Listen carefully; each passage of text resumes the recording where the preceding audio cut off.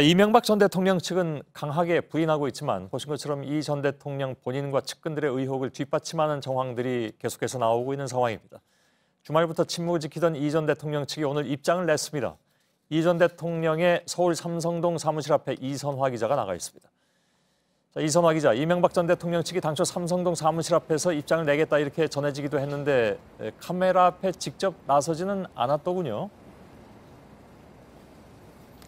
네, 그렇습니다. 이명박 전 대통령 측은 이 국정원 특활비 수수 의혹을 강력하게 부인하고 있습니다. 오늘 보도 자료로 대체했는데요. 김주성 전 기조실장이 이 전 대통령을 독대하고 김백준 전 청와대 기획관에게 2억 원을 건넸다라고 말하는 부분을 부인하고 있는 겁니다. 검찰이 이런 진술을 직접 확보한 걸로 전해지고 있는데요. 여기에 대해서 이 전 대통령 측은 그럴 수 없다면서 국정원 기조실장이 대통령을 독대하고 그럴 위치에 있지는 않다라고 강력하게 부인했습니다. 또 있지도 않고 있을 수도 없는 일이다라고 일축했는데요.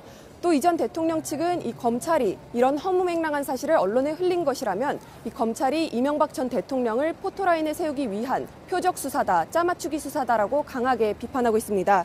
그러면서 이런 내용을 보도하고 있는 언론에 대해서는 법적 조치를 취하겠다라고도 경고했습니다. 예, 이 전 대통령 측이 하고자 하는 말은 그러니까 그 핵심이 뭡니까? 네, 일단은 그런 부분에 대해서 전부 지금 나오고 있는 의혹에 대해서 보도하고 있는데요.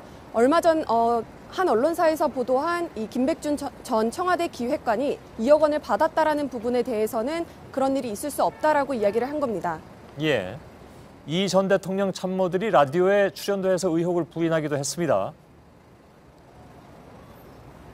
네, 맞습니다. 이명박 전 대통령의 측근인 이 김효재 전 청와대 정무수석은 오늘 한 라디오 프로그램에 출연해서 이명박 전 대통령은 이 다스의 주식을 단 한 주도 갖고 있지 않다라고 이런 좀 다소 억지스러운 비유를 하기도 했는데요. 함께 들어보시겠습니다. 예.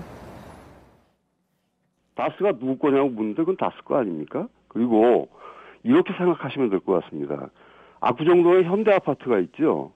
현대아파트 누가 지었습니까? 현대건설이 지었습니다. 근데 그 현대건설 겁니까? 예. 하게 계속해서 이 다스 실소유주 의혹과 그리고 특활비 수수 의혹에 대해서는 강하게 부인하겠다라는 입장입니다. 하지만 법원이 김백준, 김진모 두 측근들에 대해서 범죄 사실을 인정할 경우에는 이 상황이 많이 달라질 것으로 보입니다. 예, 알겠습니다. 연결이 중간에 조금 매끄럽진 않았습니다. 시청자 여러분들의 양해를 부탁드리겠습니다.